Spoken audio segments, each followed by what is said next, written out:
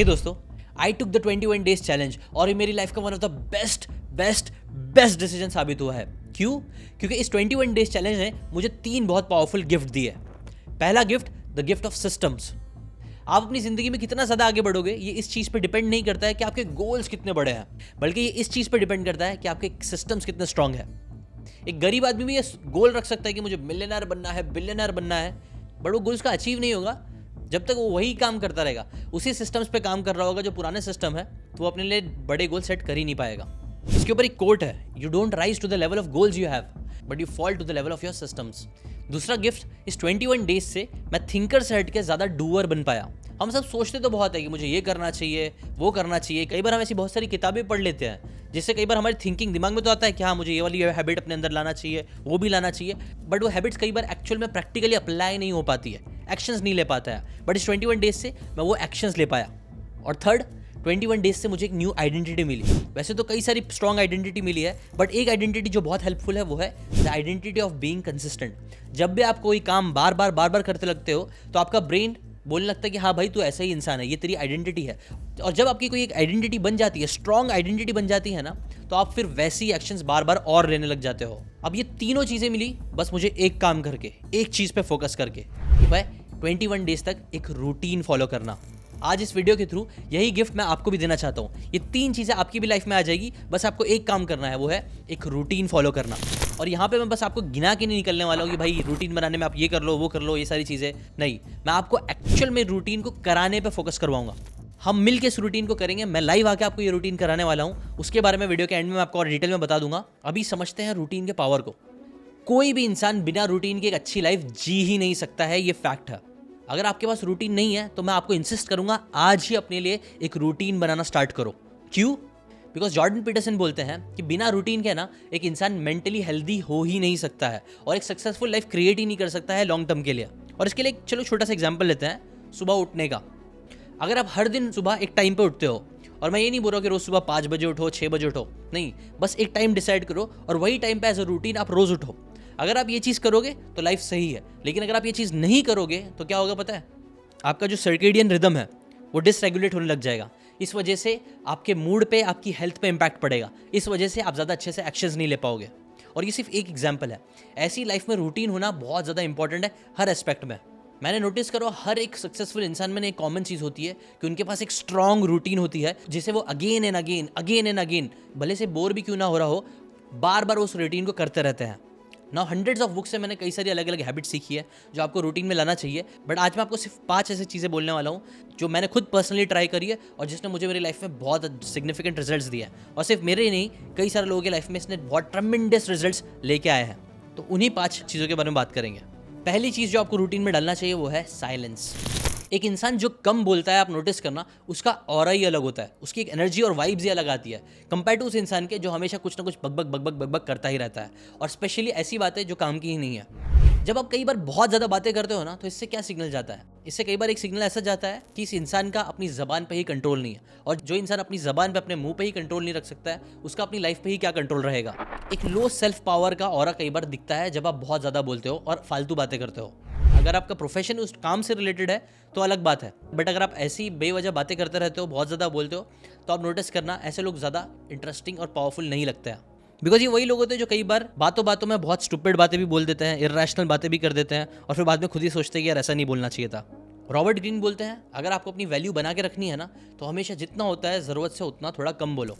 ऊपर वाले ने आपको 2 कान दिए हैं, 1 मुंह दिया है, तो उस हिसाब से आपकी प्रोपोर्शन भी होना चाहिए। ज़्यादा सुनना चाहिए, कम बोलना चाहिए।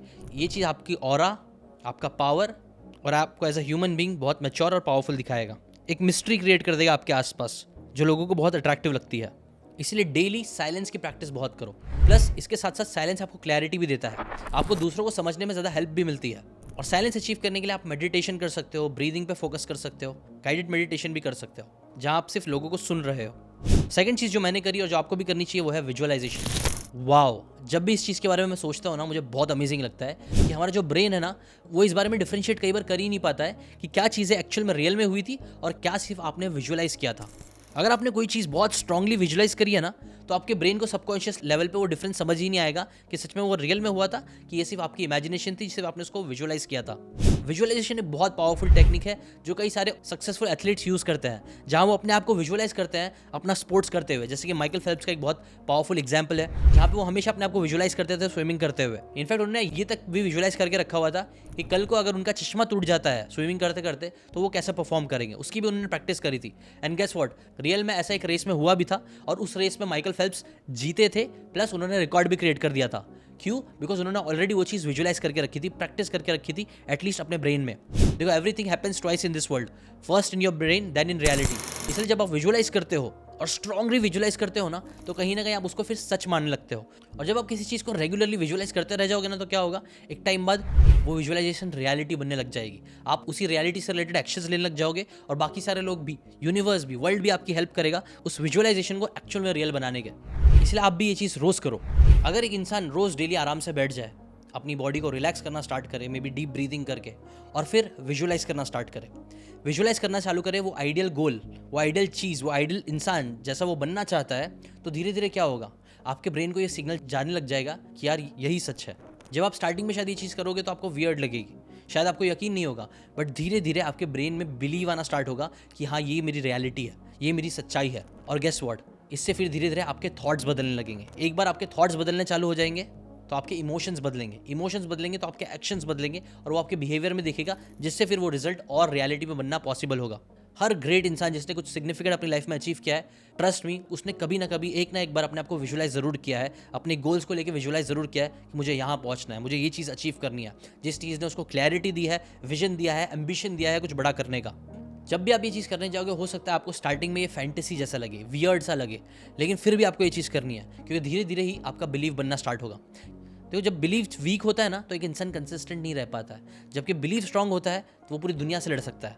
एग्जाम्पल, अगर आपने वीडियोस बनाना स्टार्ट किया और आपका बिलीव स्ट्रांग नहीं है कि आप अच्छे कंटेंट क्रिएटर बन सकते हो, आप अपने आपको एज अ कंटेंट क्रिएटर, आपकी आइडेंटिटी बनी ही नहीं है, तो अगर एक बच्चा भी आपके वीडियो पर हंस देगा तो आपका कॉन्फिडेंस डाउन हो जाएगा, आपका मन करेगा कि यार मुझे वीडियोज़ नहीं बनाना है। लेकिन अगर आपका बिलीव स्ट्रांग है कि नहीं, कंटेंट क्रिएशन बहुत पावरफुल चीज़ है, मैं तो करूँगा ही करूँगा चाहे कुछ भी हो जाए ना, अगर आपका स्ट्रांग बिलीव बन चुका है तो पूरी दुनिया भी आपके अगेंस्ट बोलेगी ना, फिर भी आप कंटेंट क्रिएट करोगे। ऐसे ही कुछ मेरे साथ भी हुआ था इस सीकेन की जर्नी में, और ऐसे ही आपके साथ भी होगा। और ये चीज़ करने के लिए बहुत अच्छा तरीका है विजुअलाइज करना, जिसे आपको अपनी रूटीन में डालना चाहिए। नो, ये वाले पॉइंट बहुत इंपॉर्टेंट है। दो वर्ड है, एक है मैं और दूसरा है हु। मैं और हु के बीच में आप क्या चीज़ बोलते हो ना, इस पर आपको बहुत ज़्यादा फोकस करना चाहिए, ध्यान देना चाहिए। बिकॉज इसके बीच में जो भी वर्ड आप यूज़ करोगे ना, आपका सबकॉन्शियस उसे एज अ कमांड देखेगा और उसे एज अ रियलिटी बनाने पे काम करेगा। जैसे कि फॉर एग्जांपल, अगर आप बोलते हो कि मैं बीमार हूँ, अब कई लोगों को लगता है कि जब आप ऐसा बोल रहे हो कि मैं बीमार हूँ, हाँ बीमार हूँ तो बीमार हूँ ही बोलूँगा ना, उनको लगता है कि वो सिर्फ डिस्क्राइब कर रहा है कि वो कैसा फील कर रहा है।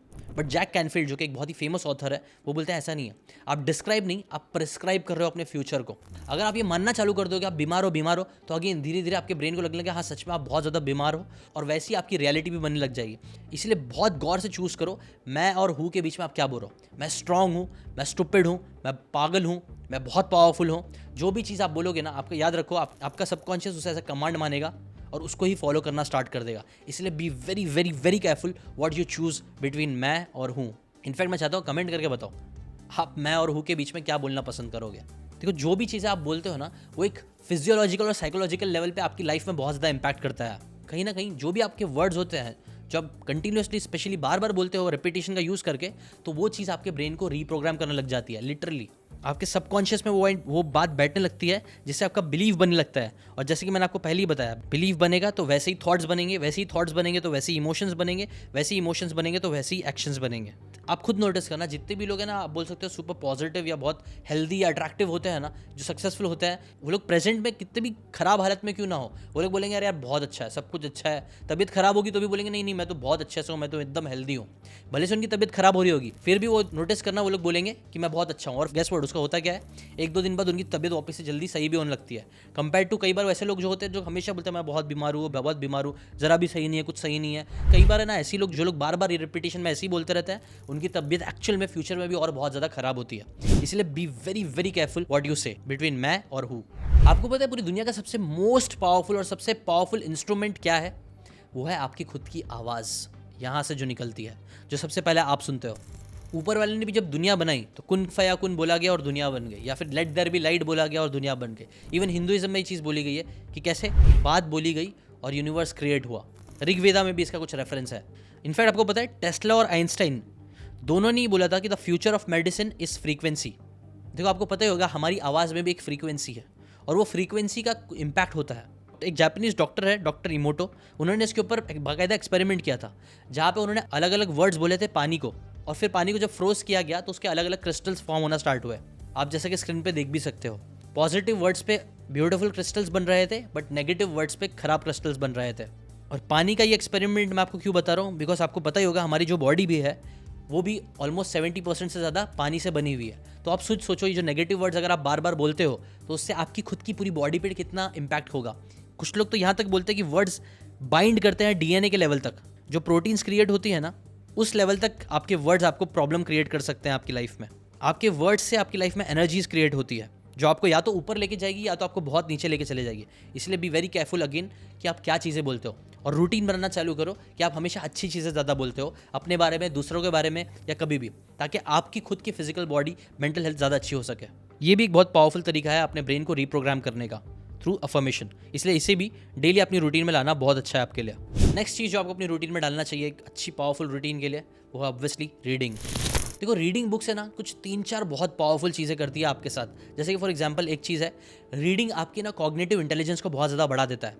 फॉर एग्जांपल आप लोग अपनी आंखें बंद करो और जो मैं बोलूँगा उसको इमेजिन करना स्टार्ट करो। ठीक है, करोगे? डन, करो। आंखें बंद करो और इमेजिन करो एक बहुत ही ब्यूटीफुल सा घर है, आपका ड्रीम हाउस। उस घर के सामने एक गाड़ी खड़ी हुई है, ये अगेन आपकी एक ड्रीम कार है। घर के आसपास एक गार्डन है जिसमें अलग अलग पेड़, पत्ते, फूल है। आंगन में कुछ ऐसे लोग हैं जिनसे आप बहुत प्यार करते हो। अब आंखें खोलो। वैसे तो यहाँ पे मैंने आपको विजुअलाइज कराया है, बट ये विजुअलाइजेशन की जो टेक्निक है ना वो कई बार रीडिंग में बहुत आती है। अगर मैंने आपको सीधा वीडियो दिखा दिया होता है एक ड्रीम हाउस का, एक कार का, जो कई बार शायद मेरे एडिटर ने किया भी होगा, तो आपके दिमाग में सिर्फ एक स्पेसिफिक घर और कार ही आएगी। लेकिन जब मैंने आँख बंद करके या फिर इवन आँख खोल के भी अगर मैं सिर्फ आपको इमेजिन करने बोलूँ, अगर आप इस चीज़ को सिर्फ रीड करते हैं तो इससे आपकी इमेजिनेशन ट्रिगर होती। कोई एक इंसान अलग तरीके का घर इमेजिन करता, दूसरा इंसान अलग तरीके से करता। 10 लोग आप बोल सकते हो 10 अलग अलग तरीके के घर उनके दिमाग में आएंगे, 10 अलग अलग तरीके की गाड़ी आएगी, अलग अलग तरीके के आप बोल सकते हो गार्डन आएगा, हर चीज़ अलग आएगी लेकिन लाइन वही सेम रहेगी फिर भी। तो इससे क्या पता चलता है कि जब आप रीडिंग करते हो ना तो ये चीज़ कहीं ना कहीं आपके ब्रेन के लिए एक एक्सरसाइज जैसी होती है। जैसे जिम जाना आपकी बॉडी के लिए एक एक्सरसाइज है, वैसे ही रीडिंग करना आपके ब्रेन के लिए एक्सरसाइज है। और ये तो बस एक बात हुई, रीडिंग करना इस शैलो वर्ल्ड में, आजकल हम जो वर्ल्ड में जी रहे हैं वो एक शैलो वर्ल्ड है, सिर्फ ऊपर ऊपर की चीज़ें दिखती है, डेप्थ नहीं है। लेकिन जब आप रीडिंग करते हो तो आप चीज़ों के डेप्थ में जाना स्टार्ट करते हो। जैसे कि इलॉन मस्क फर्स्ट प्रिंसिपल भी बोलते हैं ना, किसी भी चीज़ के प्रॉब्लम के सोर्स पे जाओ। अगर इलेक्ट्रिक कार्स महंगी है तो क्यों महंगी है? क्योंकि बैटरी महंगी है। बैटरी महंगी क्यों है? क्योंकि वो यहाँ से बनती है, उसके अंदर ये प्रोडक्ट यूज़ होता है। तो क्यों ऐसा होता है? ऐसे जब आप बहुत ज़्यादा क्वेश्चन करते हो, डेप्थ में जाते हो, तभी आपको सबसे बड़ा प्रॉब्लम का सोर्स पता चलता है और वहीं से आप फर्स्ट प्रिंसिपल के थ्रू आप अच्छे बिजनेसेस भी क्रिएट कर सकते हो। वैसे ही आपकी लाइफ में भी जब तक आप शैलो लाइफ जियोगे ना, ऊपर ऊपर की ज़िंदगी जियोगे ना, आप ज़्यादा अच्छे से जी नहीं पाओगे। आपको डेप्थ चाहिए, और डेप्थ लाने में एक चीज़ जो आपकी बहुत हेल्प करेगा वो है बुक रीडिंग। एक और एडवांटेज बुक का मैं शेयर करना चाहूँगा वो है रीडिंग आपको फोकस कराने में हेल्प करता है। जहाँ पे रील्स 10 सेकंड, 15 सेकंड, 20 सेकंड के रील्स आपको डिस्ट्रैक्टेड होने की ट्रेनिंग दे रहा है। लिटरली आप डेली ट्रेन हो रहे हो कि कैसे डिस्ट्रैक्ट होना है, कैसे अपने ब्रेन को एक जगह से दूसरी जगह पे लेके जाना है ताकि आपको डोपामिन मिलता रहे। इसलिए आप बोल सकते हो ADHD और ऐसी कई सारी प्रॉब्लम्स आज लोगों में बढ़ती जा रही है। ओवर थिंकिंग बढ़ता जा रहा है, मेंटल इलनेसेस बढ़ते जा रहे हैं। क्यों? क्योंकि हम लोग किसी एक चीज़ पर फोकस नहीं कर पा रहे, कॉन्सेंट्रेट नहीं कर पा रहे। बुक्स आपको इन प्रॉब्लम से लड़ने में हेल्प करेगा, डोपामिन डिटॉक्स कराने में हेल्प करेगा। इसलिए बुक्स रीडिंग भी एक बहुत पावरफुल चीज़ है जो आपको अपनी लाइफ में लानी ही चाहिए। Last but not the least, in fact one of the most important है एक्शन। 2008 की बात है, 2 दोस्त थे, ब्रायन चेस्की और जोई गेबिया। ये लोग सैन फ्रांसिस्को के एक टाइनी से अपार्टमेंट में जी रहे थे और ये लोग की फाइनेंशियल कंडीशन जरा भी अच्छी नहीं चल रही थी। रेंट देने के पैसे नहीं थे ये लोग के पास, काफ़ी स्ट्रगल चल रहा था बेसिकली आप बोल सकते हो। बट तभी उन्होंने नोटिस करा ना कि एक ह्यूज कॉन्फ्रेंस होने वाला है उनके टाउन में, और उस कॉन्फ्रेंस के लिए कई सारे लोग दुनिया भर से आ रहे थे, अलग अलग जगह से आ रहे थे, उनकी कंट्री से आ रहे थे, जिसकी वजह से होटल्स बहुत ज़्यादा बुक्ड थी। तो अब उनके दिमाग में एक आइडिया आया। उन्होंने क्या किया कि कुछ एयर मैट्रेसेस उन्होंने लिए, खरीदे और एक सिंपल सी वेबसाइट बना दी। और उन्होंने बोला कि यार देखो कई सारे अपार्टमेंट्स होते हैं, नॉर्मल अपार्टमेंट्स, होटल्स नहीं, जो ऐसे ही खाली रहते हैं, क्यों ना हम इन मैट्रेसेस को वहाँ पे डाल दे और उनको वहाँ पे ब्रेकफास्ट ये सब चीज़ भी थोड़ी बहुत दे दे, तो ये कितना अच्छा आइडिया होगा। अब इसी चीज़ को उन्होंने क्या बोला, एयर बेड एंड ब्रेकफास्ट का नाम दिया। अब उन्होंने जब ये आइडिया पे एग्जीक्यूट किया तो सिर्फ 3 लोगों ने उनके वेबसाइट यूज़ करके बुकिंग करी, बट इतना उनके लिए बहुत था। उनको एक प्रूफ ऑफ कॉन्सेप्ट मिल गया था कि हाँ ये चीज़ काम कर सकती है। इसीलिए फिर उन्होंने ऐसी अगेन एंड अगेन धीरे धीरे एक्शंस लेना स्टार्ट किया, अपनी वेबसाइट को इंप्रूव करना स्टार्ट किया, इन्वेस्टर्स को रीच आउट करना स्टार्ट किया, कई सारे लोगों ने उनके आइडियाज़ को एकदम स्टूपिड बोला कि अरे होटल इतनी अच्छी जगह होती है, लोग होटल छोड़ के यहाँ पे आपकी जगह पे थोड़ी ना रहेंगे, आपका आइडिया सब कुछ बकवास है। बट ब्रायन और जो ने उनके आइडियाज़ को लात मारा और सिर्फ स्मॉल धीरे धीरे डेली एक्शंस लेना स्टार्ट कर दिया, जिसकी वजह से फास्ट फॉरवर्ड क्या हुआ, उनका आइडिया एयरबीएनबी बना, जो एक ग्लोबल जाइंट है आज, जिसकी वैल्यूएशन $100 बिलियन के ऊपर की है और इसने ट्रैवलिंग इंडस्ट्री में एक सिग्निफिकेंट रिजल्ट्स लेके आ गया है। अब ये सारी चीज़ें क्यों हुई? ये सारी चीज़ें इसलिए नहीं हुई कि उनके पास आइडिया बहुत अच्छा आया, ये सारी चीज़ें इसलिए हुई क्योंकि उन्होंने अपने आइडिया पे एग्जीक्यूशन करा डेली। अब इसकी अपोजिट में आपको एक और कहानी सुनाना चाहता हूँ। पता नहीं आपको कोडेक याद है कि नहीं। कोडेक पुरानी एक बहुत फेमस कंपनी थी, फोटोग्राफी और कैमरा और ये सारी चीज़ों से रिलेटेड उनके प्रोडक्ट्स थे। कोडेक में एक इंजीनियर थे जिनका नाम था स्टीव सेसन। इन्होंने इन्वेंट किया था पहला डिजिटल कैमरा। हाँ, आपने एकदम सही सुना। कोडेक जो किंग था फिल्म फोटोग्राफी का, उन्होंने ही अपने टेक्नोलॉजी को ख़त्म करने के लिए सबसे पहले प्रोडक्ट क्रिएट किया था, इन्वेंट किया था। लेकिन जब स्टीव अपनी इस आइडिया को लेके कोडेक के एग्जीक्यूटिव्स के पास गए ना, तो उन्होंने बोला अरे ले, तो आइडिया बहुत ही क्यूट सा है, बहुत ही प्यारा सा है, लेकिन हम इसे यूज़ नहीं करेंगे, इसके ऊपर कोई एक्शंस नहीं लेंगे। क्यों? क्योंकि हमारा बिजनेस ऑलरेडी बहुत अच्छा चल रहा है और इस चीज़ को लेके आएंगे तो हम अपना ही बिजनेस खराब कर रहे हैं। इसलिए उन्होंने उस आइडिया के ऊपर ज़रा भी काम नहीं किया।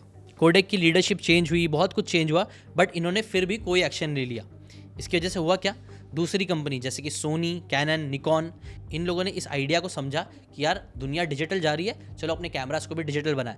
उन्होंने इस आइडिया पे एक्शन लेना स्टार्ट किया, जिसकी वजह से ही आप बोल सकते हो आज ये सोनी, कैनन, निकॉन ये सारी एक जाइंट कंपनी बन के रह गई है। जबकि कोडेक ने बाद में कोशिश करने के बाद भी, लेट एक्शन लेने के बाद भी उनसे कुछ हो नहीं पाया और उन्होंने 2012 में बैंकरप्सी फाइल कर दी।